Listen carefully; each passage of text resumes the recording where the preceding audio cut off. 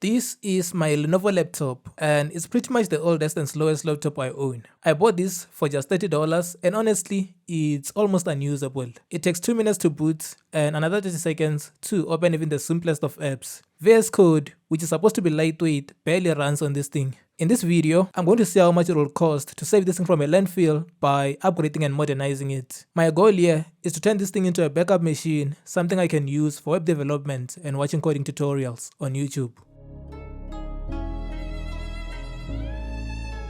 This laptop runs an Intel Celeron processor from about 9 years ago. The Intel Celeron is one of Intel's cheapest and slowest CPUs. To make things worse, it is paired with a mechanical hard drive which is outdated and painfully slow. Unlike SSDs, hard drives use a spinning disk and a tiny arm to physically read and write data, which makes them very slow. Since we can't upgrade the processor, I've got a few items to modernize it with. First, we have a laptop screw kit. When I opened this thing for the first time, I noticed that there were screws missing on this. So I bought this to replace those screws to make the laptop more stable.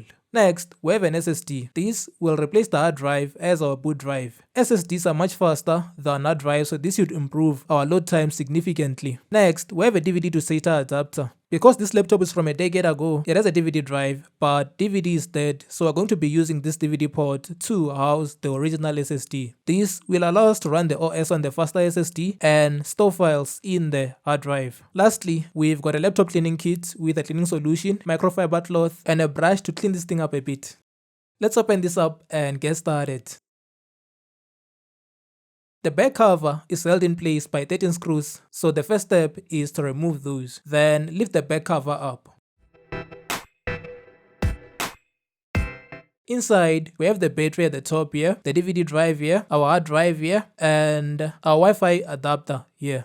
The first thing we need to do before doing anything else is disconnect the battery. To do that, we gently pull this here out. So basically what we're going to be doing is take this here and replace our hard drive here, then move our hard drive into this cabinet. After that, we are going to replace the hard drive with the SSD and make that our boot drive. Inside this package, we have the adapter, the cover, 4 screws, and a small screwdriver. It's very considerate for them to include all this. To remove the original DVD drive, we simply pull it from the laptop. And as you can see, this is a 1-in-1 copy of the DVD drive. But notice that the covers are different, so we'll need to remove the cover from here and place it onto the new adapter. Once we've removed that, we can put this aside and remove the hard drive. To remove the hard drive, we simply unscrew these screws here. Please make sure that you keep this separate from the cover screws because they are different sizes. As you can see, we have a missing screw here, but you'll use one from the kit to replace it. Once everything is unscrewed, we gently pull it out. And as you can see, this is our hard drive. Unfortunately, it's very slow.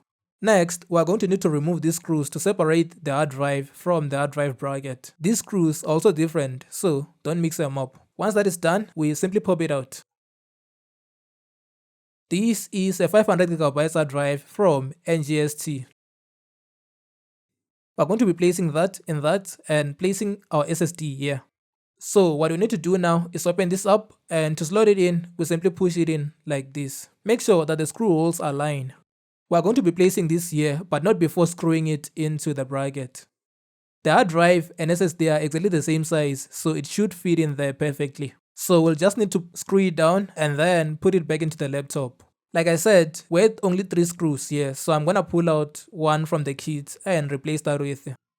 The screw kit contains a lot of screws that are commonly used in laptops, so there should be one like these here. As you can see, the SSD is mounted securely and we are done with the SSD. It's time to move on to the DVD drive. Within our adapter, we have a port at the bottom here. To place our hard drive, we simply slot it in and press it down like this. This is what it will look like. At the back, we have these screw holes here. Just make sure that they align and then place the screws. Luckily, they provided the screws with the adapter, so we are going to use those. For some reason, we only have 3 screw holes on the hard drive. The 4th is obstructed, but I feel like the hard drive is secure, so we are gonna leave it that way. Placing our adapter on the laptop is simple. You just place it down like this and then slide it in. But you can see that our cover will leave a wide gap on the laptop here. So we're going to need to remove the cover from here and place it on this one. To remove it, we simply pull it out gently. It's not screwed down or glued, so we simply pull it out. Then we gently push it into the adapter like this.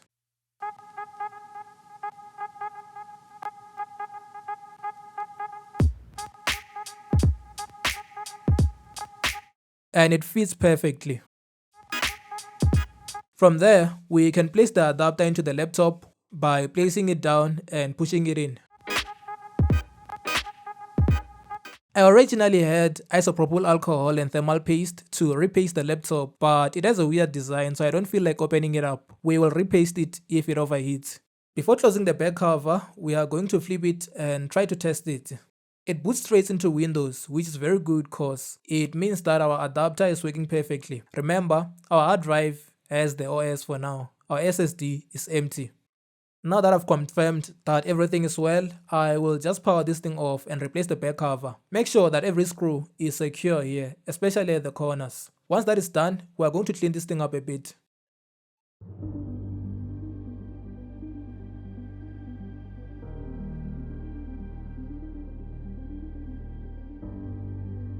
The next thing we're going to do is install Windows 10 into the SSD and formatting the hard drive.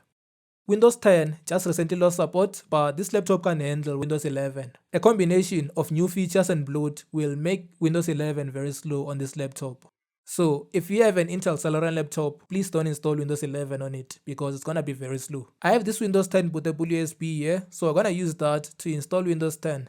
When creating the bootable drive, I chose the option to create a local account. So once Windows 10 is installed, my local account is already on it. Once Windows 10 is installed, please make sure to format the hard drive, then go into the BIOS and make sure that our SSD is first on the boot sequence. Now, let's get to testing this thing. First, another boot test. Previously, it took 20 minutes to boot into Windows. Now, the time is much improved. Once we are in Windows, we can see that the laptop is much more responsive. Opening apps takes seconds instead of minutes like it did before. The lag is completely gone. I'm going to try to install Chrome, OBS and Visual Studio to see how they perform on this laptop.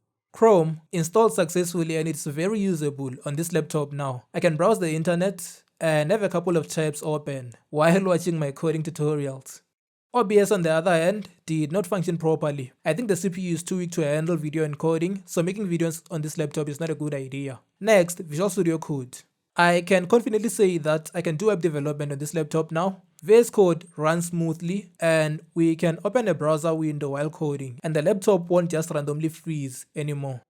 I will not be using this laptop for anything more than watching YouTube videos or running scripts, but I think it is very usable for many things. Writing Word documents, running PowerPoint, Excel and that kind of thing should be okay on this device now. If you have any ideas on what we can try next on this laptop, leave a comment down below. Thanks for watching and I'll see you in the next one.